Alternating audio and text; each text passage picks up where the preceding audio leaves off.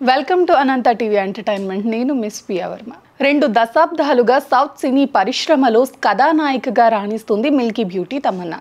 తెలుగు, తమిళ భాషల్లో అమ్మడు క్రేజ్ తెలిసిందే. కెరియర్ స్టార్టింగ్ నుంచి తన మార్క్ నటనతో ఆకట్టుకుంటూ వచ్చిన తమన్నా యువ హీరోలతో పాటు స్టార్స్తో కూడా జతకట్టింది.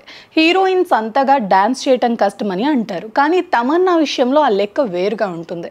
అందుకే ఆమెను స్పెషల్ సాంగ్స్కి సైతం ఎంపిక చేస్తారు.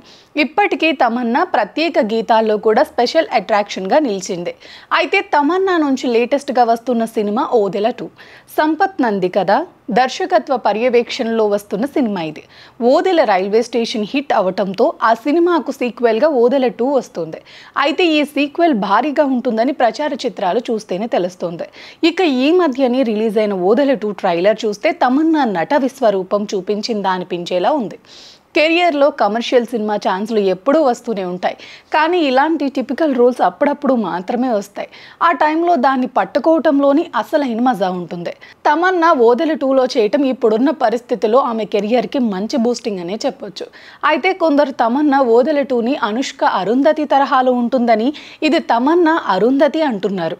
బహుశా ట్రైలర్ చూసి కొందరు అలా గెస్ట్ చేయొచ్చేమో, కానీ అరుంధతి లాంటి రిజల్ట్ ఓదెల 2 అందుకుంటే మాత్రం ఖచ్చితంగా తమన్నాకి ఇలాంటి ఫీమేల్ సెంట్రిక్ సినిమాలు మరికొన్ని వచ్చే ఛాన్స్ ఉంటుంది.